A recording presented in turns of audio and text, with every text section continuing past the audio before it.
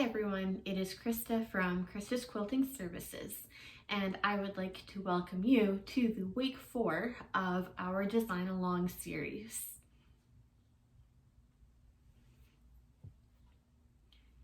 Week 4 is going to be a lot of fun since we will be working on piecing the quilt tops. And I will be walking you through some piecing techniques that I will use for each of the quilt tops that I have prepared. The main technique being chain piecing and strip piecing. Chain piecing is once you are familiar with how your quilt block goes together, you can make a whole bunch of that same chunk of that block over and over again until you've done all of them. And then you will cut them apart and you'll add in the next piece and you will just add the next piece to each one of those all the way through until you're done. And you create sort of an assembly line effect by doing that. It is quick and efficient, but you do want to make sure though, like anything that's efficient with quilting, that you are double checking that everything is correct, because sometimes if something goes wrong and you don't catch it right away, that can be a lot of unsewing. The other technique is strip piecing, and strip piecing is when you need two pieces of fabric together that are always going to be beside each other. And instead of cutting all those individual little pieces out and stitching them, you can stitch together two long strips of fabric, and then you can subcut those afterwards into those chunks. And you will get a much nicer, more accurate two blocks put together when you use that strip piecing method. Let's get ready to sew this first quilt here together. I am going to start by making sure that I have all my pieces available, that they are ready to go. So I have my pieces that I will be strip piecing together. And in this one, you'll also be seeing me do some chain piecing with a couple of these blocks, because instead of leaving them for the strip piecing method, I ended up subcutting. I also have my paper quilt block cutout pieces together of the quilt block that I'm working on. And I also have my graph paper sketch of what this quilt is going to be. So at this point, I've chosen different colors, but the quilt blocks are still the same construction. And within my quilt, the only block that I actually need to construct is this one, with one color square and two black background pieces. The other blocks that are in my quilt are just large blocks. So these will all come together once I have all my smaller blocks pieced and sorted out. Now that my machine is turned on, I am going to start working on making sure my 1/4 inch is set the way that I need it to be. So I am going to use my ideal seam gauge to help me out with this one. There's other things like presser feet with a 1/4 inch guide on it as well. With this one though, I do find that the guide is on the inside of that 1/4 inch seam, and it's actually just a little bit too small if I were to follow it. So I rely more on making sure where my needle goes down in the center and checking where my tape is here to make sure that it's also in line. And I find that tape to be much more accurate and easier to work with than trying to match my fabric up to a part of my presser foot. So I pulled the presser foot off because it makes using my seam gauge just a lot easier. I can see more clearly. So I'm dropping my needle into the 1/4 inch slot, and I am going to slide my tape over so that it is nice and firm against that guide.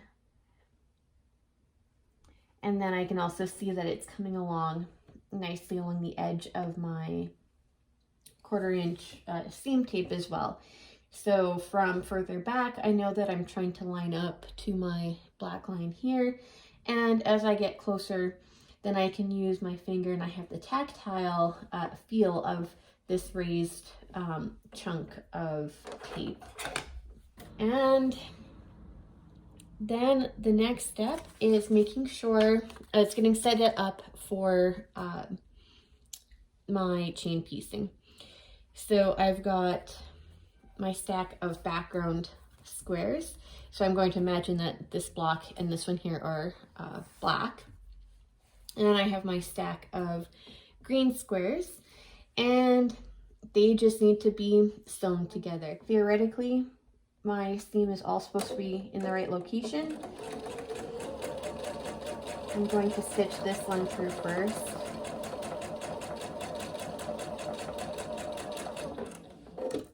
And I'm going to take my 1/4 inch ruler. There we go. Or not exactly a 1/4 inch ruler, but the clear ruler with all these 1/4 inch markings.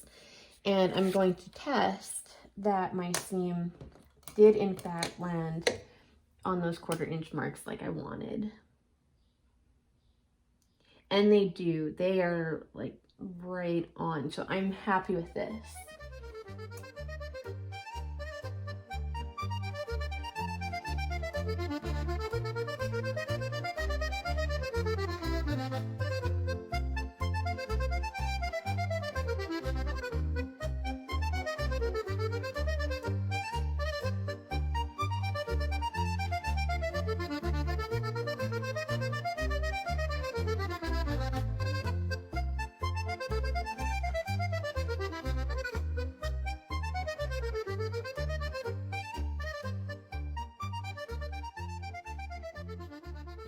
So at this stage, you can probably start to see the concept of the chain. My pieces are all connected together in the back here. When I'm done sewing all my blocks together, all I need to do is just cut them apart at each of these little threads. So not only does this method save a lot of time, it also saves on thread because you don't have these giant thread tails at the beginning and end of each piece that you've sewn.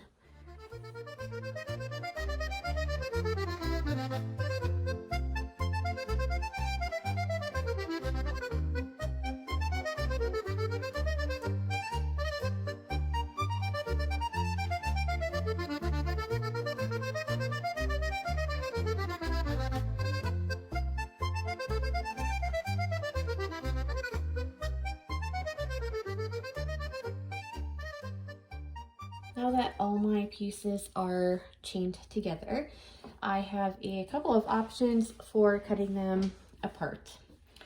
I can either just go ahead and use my scissors, which will work just fine. There's also another tool that I have that I like, and this tool is called a blade saver. It uses an old rotary cutting blade, and it goes inside kind of this little protector. And when you are cutting apart your chain piecing, you just, I'm in trouble with, there we go, getting it to line up. Then you just kind of pull your two pieces in between. Oh, it's a little bit, there we go. And pull down, and the blade just cuts through your thread. So I like this. It's nice and quick, and kind of fun to use.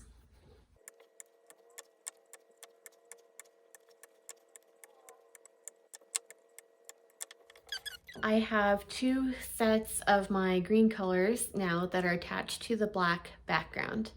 The next strategy that I'm going to show you is, instead of piecing together and all of these little pieces, is to do the strip piecing method.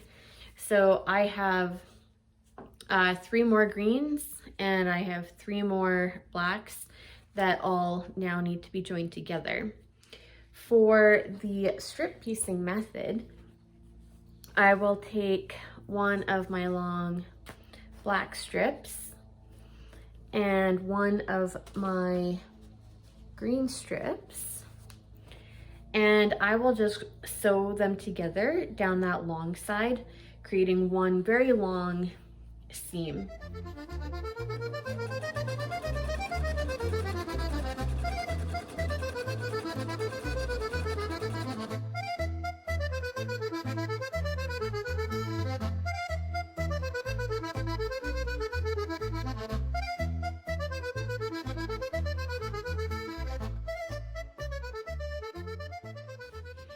So there's one strip set already pieced, and I'm going to do the same with the other two. With these, you'll have noticed the green is longer than the black. Let's try that again. There we go. That's fine. Not, you know, we've talked about in I think week 2 as we were figuring out the quilt math. Week 3 you would have seen it while you were cutting, that not every width of fabric is identical. They're going to be close, but sometimes you will end up with something that has just a little bit more length to it than the next one, which is why it's always a good idea to only count 40 inches of usable fabric per each width of fabric.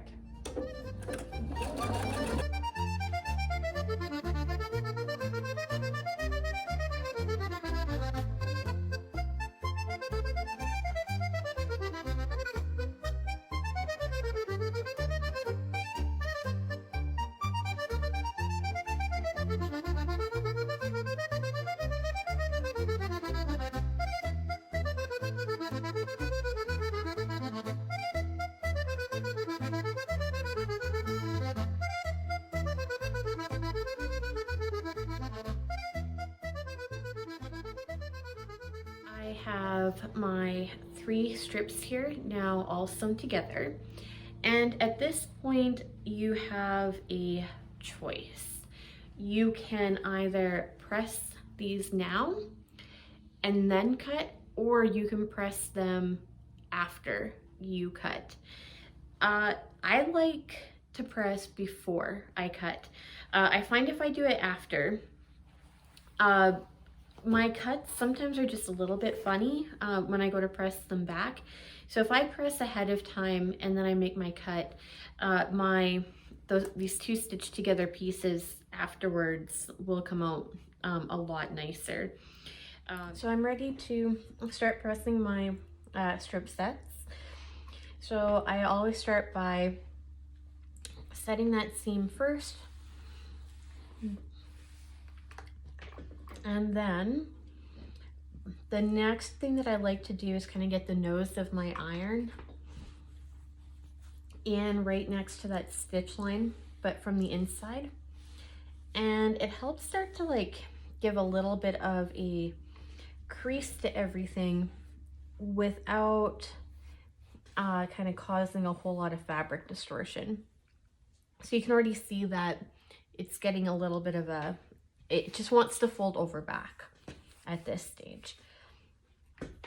So now that it wants to fold back, I know that nothing in here is going to fold over funny, and I can start setting my iron on each section for a little bit of time.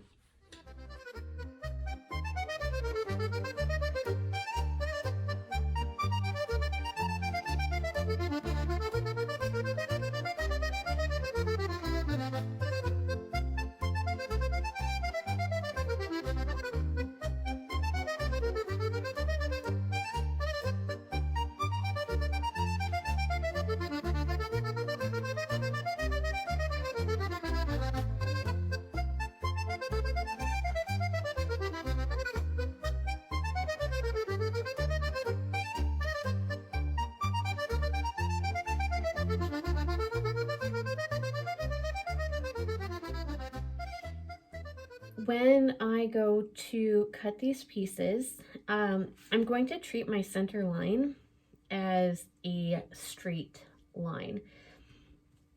So what I want to do is take one of the measurement lines on my ruler and make sure it's laid across that seam. And then I can start that first cut.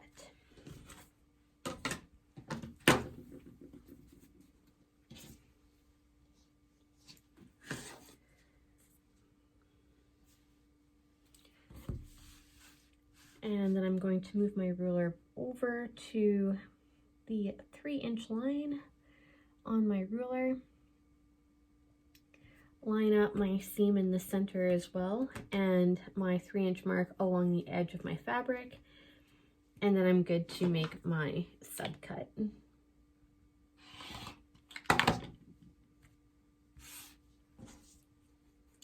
And now I have that already done. So now this bit has been pieced and it's already pressed.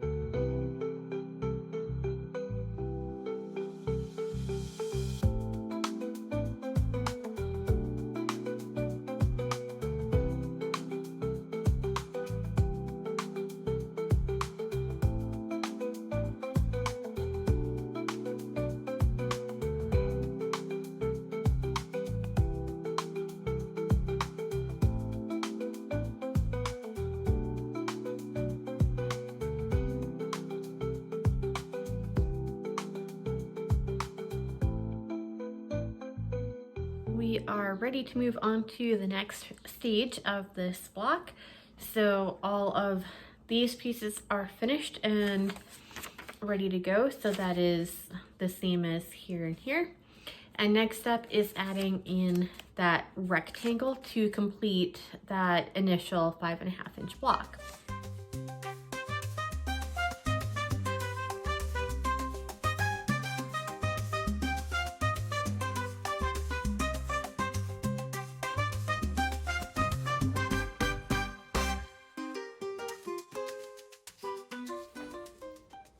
I've got all my blocks pieced together and pressed out.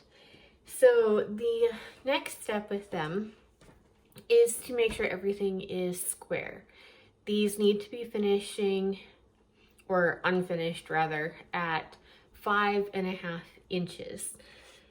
Let's get a good close-up of this block here underneath my square ruler. I like to actually have my ruler in a little bit or up.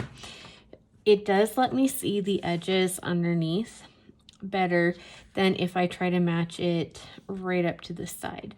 So if something's not right on my side, like kind of on the inside here, and I need to trim something, then I can move my ruler after that. But this definitely gives me a much better visual.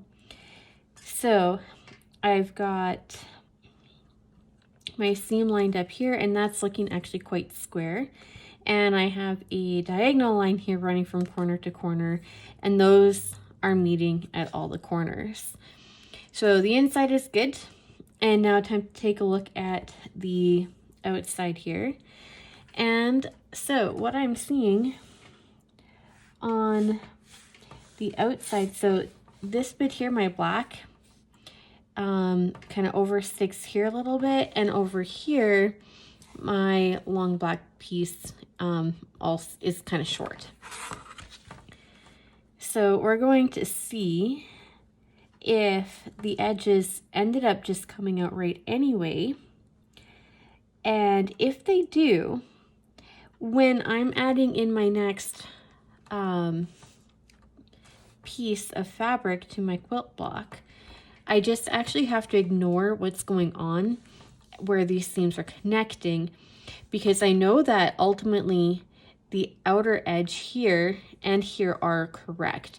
So I want to take that next straight bit of fabric and just make sure that it is in fact lined up to the outside pieces.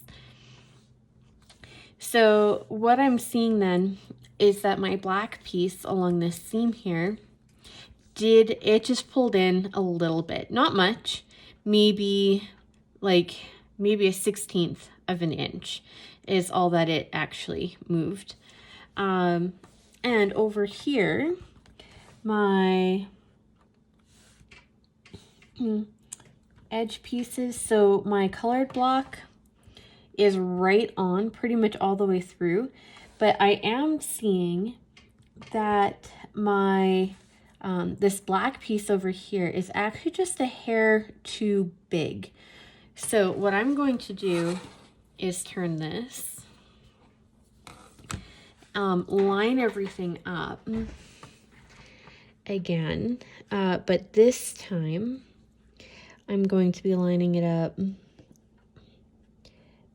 so that way my edge is available on the outside, because I'm going to give that black piece just a little bit of a trim, and there's just a smidge of it sticking out on this side of the ruler here.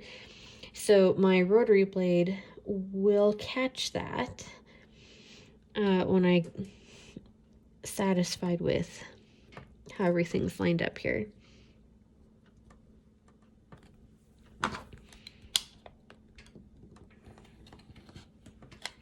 So not even really anything that actually came off, so that's fine. But it does look like there's a possibility for this edge to also get cleaned up a tiny bit too.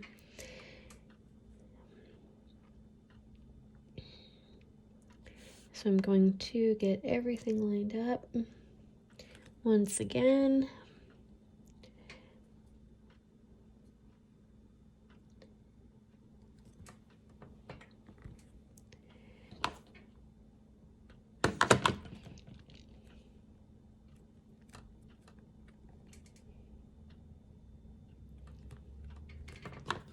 And then just give it just a tiny little bit of a shave.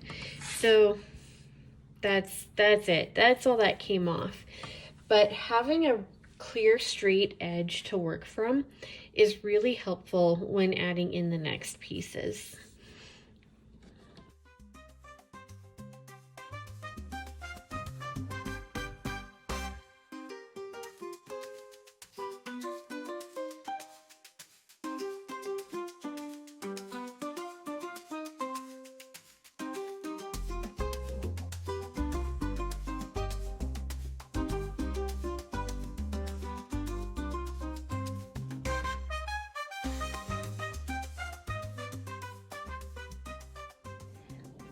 Let's take a look at this next stage of the quilt.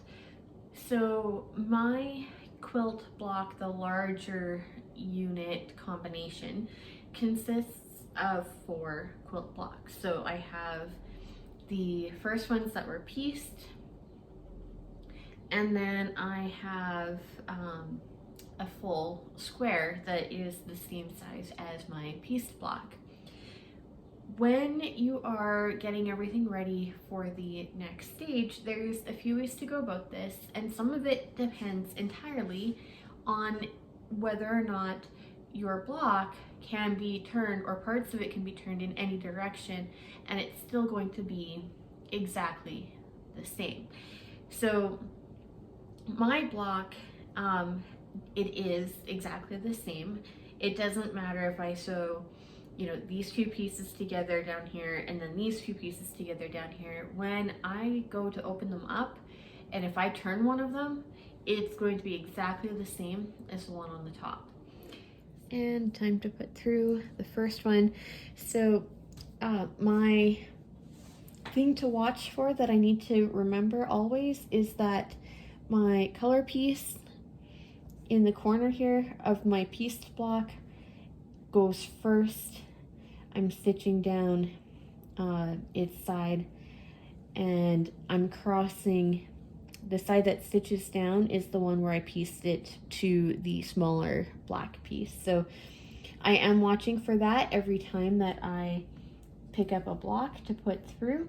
And then I'm going to also just check that everything is centered out over top.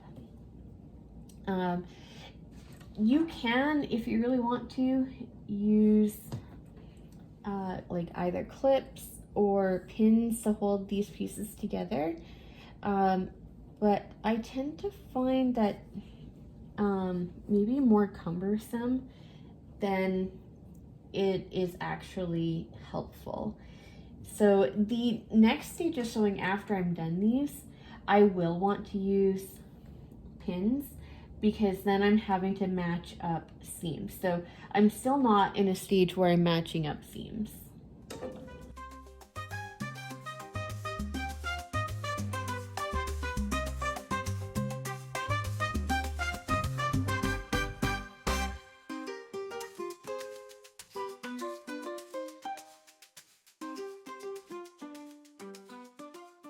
I have all those pieces stitched together, and the next thing is deciding which way I'm going to press them. So because these pieces run the complete opposite of each other, and I'm wanting to have my seams folded or pressed down in opposite directions, when I go to piece these together to finish my unit, then the seams line up so much better when they are facing opposite of each other. So I'm going to go ahead now that I know my pressing direction is just always going to be this newest piece here, flipped back. Press the seam, or set that seam first, and then flipped back. Make sure it's laying flat. Set the iron on it for a few seconds.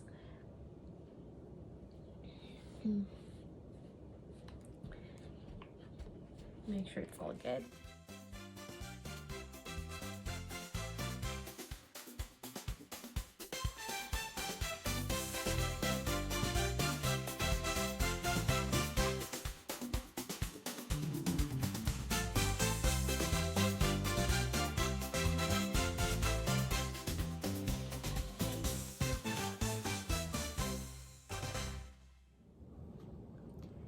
I'm going to go through pinning this with you first before I move everything into just fast motion. So before when I was pressing, I was making sure that my seams here were pressed going in opposite directions. And for this one, it was really easy to do because these two blocks are identical, but because I take one and I rotate it, it just automatically is going to mean that my seams are, this one's going that way and this one is tucked under going this way. So what you want to do when you're pinning is lay your two blocks in front of you, kind of get them more or less lined up. Take the top one and fold it over and check that you're lined up okay. Grab a pin, and then you're going to be looking at this middle part where you want your seams to line up. And what I go and do with this is I will take my pin and I put it through my stitching line on the top, and I'm going to watch for it to also poke through the stitching line or very close to it on the back. And when I bring my pin back up, I'm going to do the same method. So I'm trying to kind of poke it through where I've stitched, and it'll be the same thing on the front.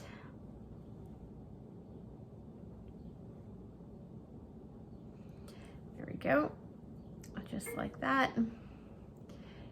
And that pin is through both that whole seam area on the front, and it's through that seam area as well on the back. So with this, now I know that my seams are secured together on both sides, and as I go along later and I'm sewing this down on my machine, I'm going to get as close as I can to my pin without sewing over top of it, remove the pin, and then finish sewing the rest of the way. And the idea is that this pin will be holding everything in place up until I get to that stage. This is the other part where you might be able to see that the pin is really good at distorting your fabric just a little bit. As you get closer to this part in the sewing machine, you might find yourself kind of pushing this part inwards so that way you keep your seam allowance as close as like right to that end before you remove the pin. And as soon as you pull that pin out, your fabric is just going to like spread back to where it's supposed to be. So you should do okay. It does take a little bit of time, a little bit of practice to get good with pinning and then with machine sewing with those seams. The other thing that you can do if you find it helpful is to put another pin in at the top, and it doesn't have to be anything fancy. It's really just there to help secure and keep your top two pieces lined up together. If you have enough pins and you want to do that, go for it. I don't always do that. Sometimes I just find it's an extra pin to have to watch for and take out. When I do put a pin in though, I do leave it more to the side, so that way if it's kind of pushed in all the way there, I still have lots of room. I don't actually have to remove this right away.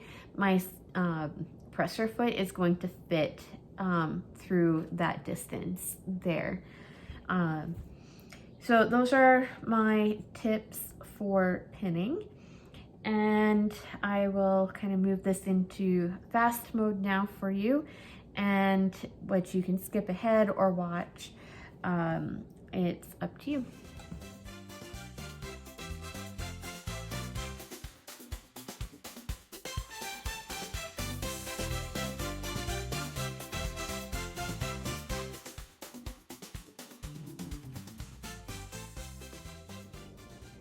Now that I've got all these pieces paired up together, this is where kind of the fun begins. I don't know, it's my favorite part. So you had to join, and there's some pinning and seams needed to line up. And it's kind of like every time I open one up, I'm like, oh, how did I do? How closely did I get my seams to line up? And that's what makes this part kind of my favorite, when I get to start actually joining seams. And sometimes it can be disappointing if your seams didn't come out the way you wanted it to, but I always kind of make it a game, like how many pieces were right and lined up like exact. And then sometimes I have like it can be slightly off and I still count it as fine, like it's exact. Unless it's like way off, I really don't go back and pull out a seam to redo it, unless something's like super off, and then it's going to affect the next set of seams that I have to make. So I always kind of count it, and then I always try to do a little bit better the next time.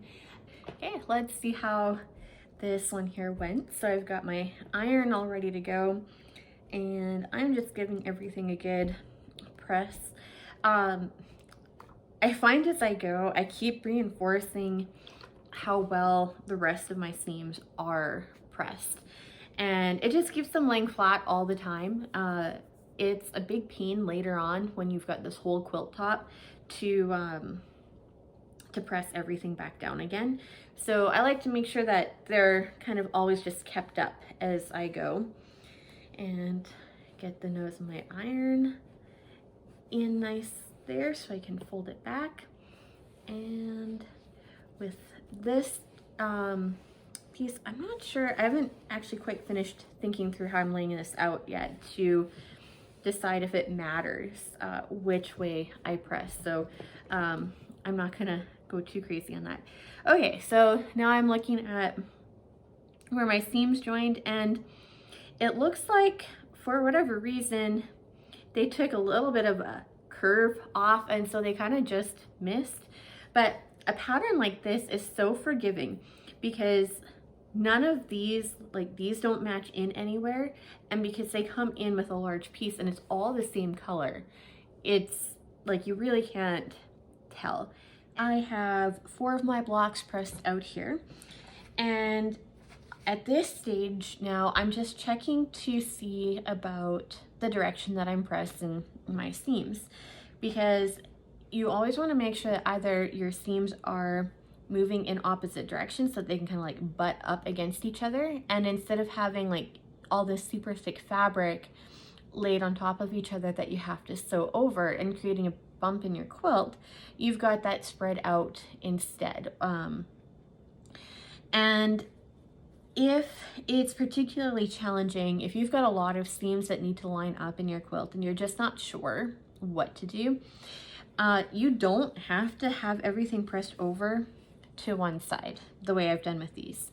And your quilt might have a combination. So you might realize that up until this point, you know, these pieces are all good because they're not lining up against anything anywhere until you get to here when they do.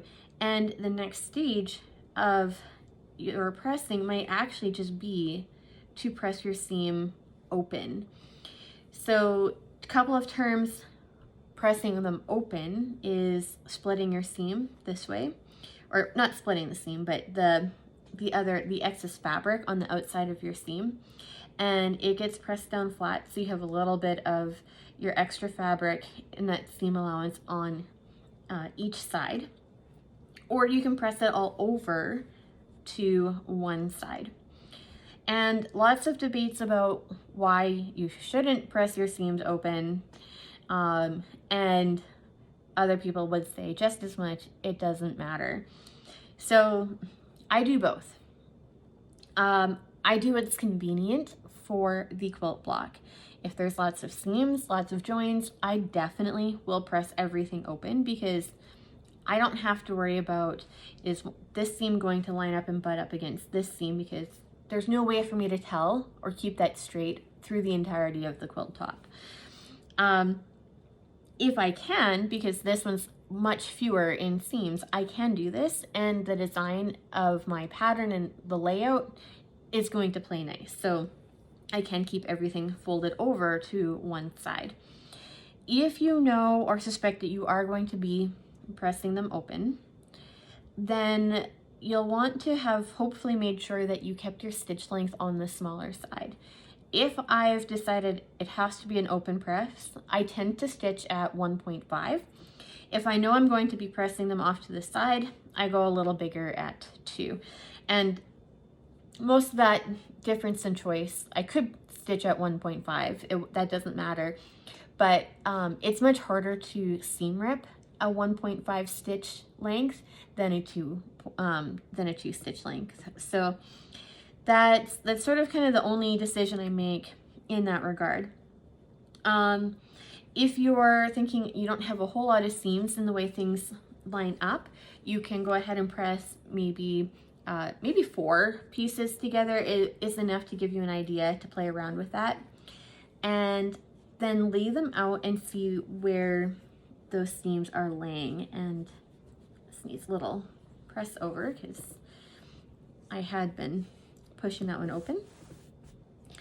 So knowing the direction that these lay, if I'm pressing my block in the same way every time, does that work? And it does in my case, because if when I'm pressing my block, it goes like this, I lay it over, and then that's it. And I can have it this way, or if I give it a full turn, it still keeps this shape the same as that one, but now the edge of my seam is folded under and facing the opposite direction. So I know that I can make a rotation to my block without changing the visual layout, and I can have my seam now in the direction that I need it to be. So right now they're both down this way, so I just need to give it a turn, and my layout doesn't change visually, but now I have seams pressed in alternating directions when they go to line up here. So that helps. I don't have to try and like separate things or pick certain colors to be in one spot before I'm done pressing. And with these ones on the top and the bottom, so I have this seam this way, because of the way in which they were sewn, and because these seams are already, this way, in opposite directions, they will always line up in opposite directions. I will never have a seam at the top here that doesn't face the opposite way as the one on the bottom. So even if I turn it and I still have visually that same orientation, my seam is still pointing in this way. And that was just because of how I put my 4 kind of smaller blocks together to create this larger block. So you'll need to kind of take a look at the seams on your back and decide how they're laying and what you need to do to get them to lay the direction that you want.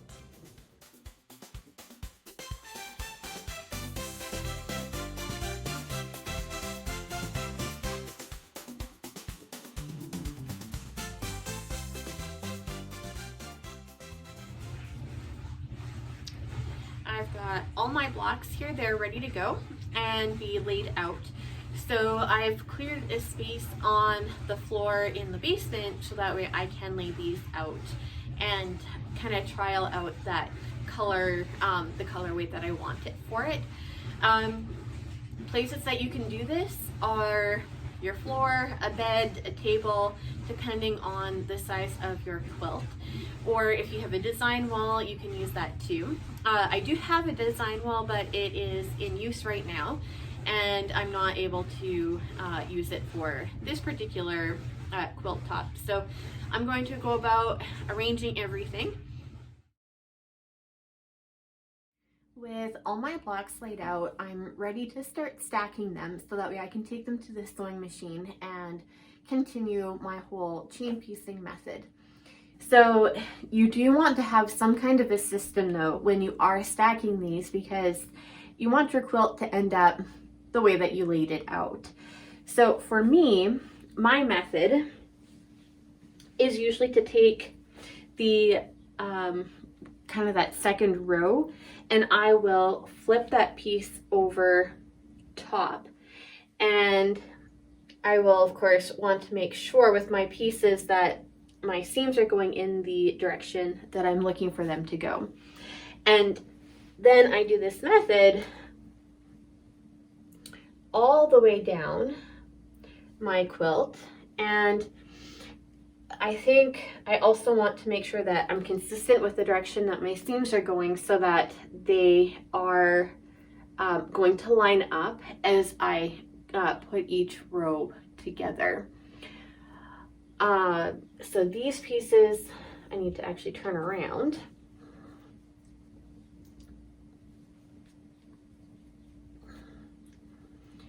And then my bottom piece, my seam, the way it's been pressed is pointing upwards, and the one on the top is pushed downwards.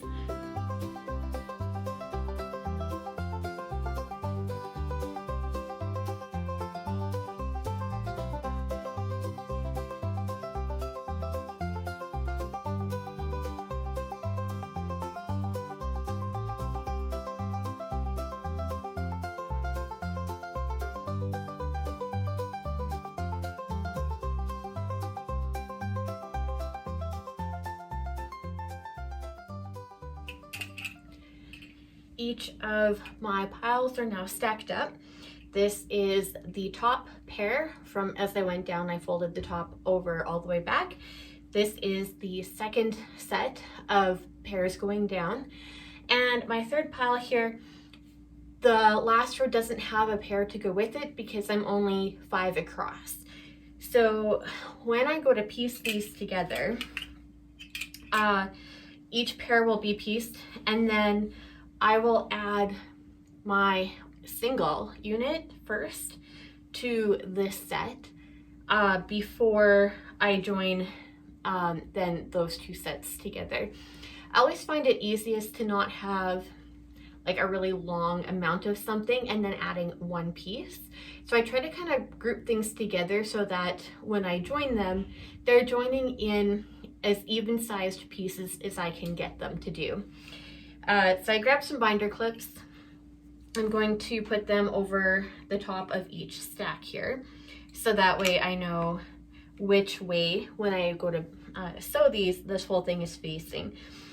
So I know that I need to feed it through my sewing machine in this direction. My seam is going to come along here, and I will be going through and adding in a pin to help hold these seams together so that way everything lines up as best as I can get it to.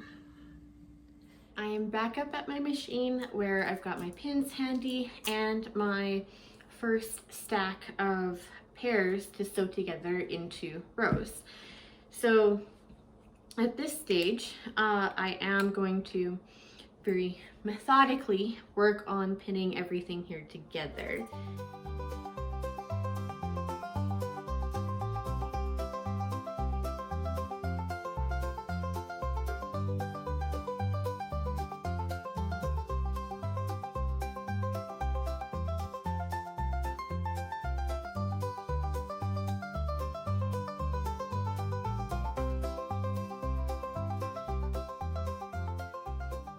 I have now sewn together those 2 bits for rows 1 and 2, and then for rows 3 and 4, and then for number 5 here, this needs to get attached on its own. So I don't want to put these 2 sets together right away. I just find it easier to add and create a set of 3 here first before I create a set of 4 and add 1 more. It's just more even when you're feeding everything through the sewing machine, because as you sew more of these pieces together, the longer and longer your row is going to get.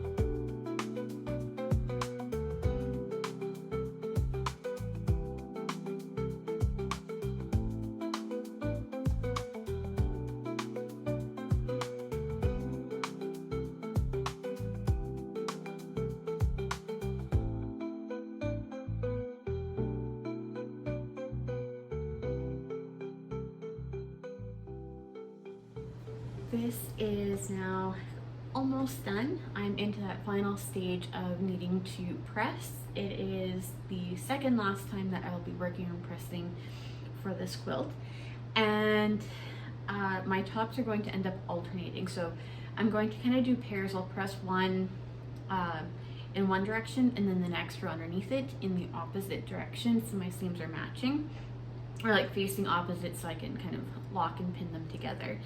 And I will do this in pairs until I get to the last one, which will be just single, waiting for its turn.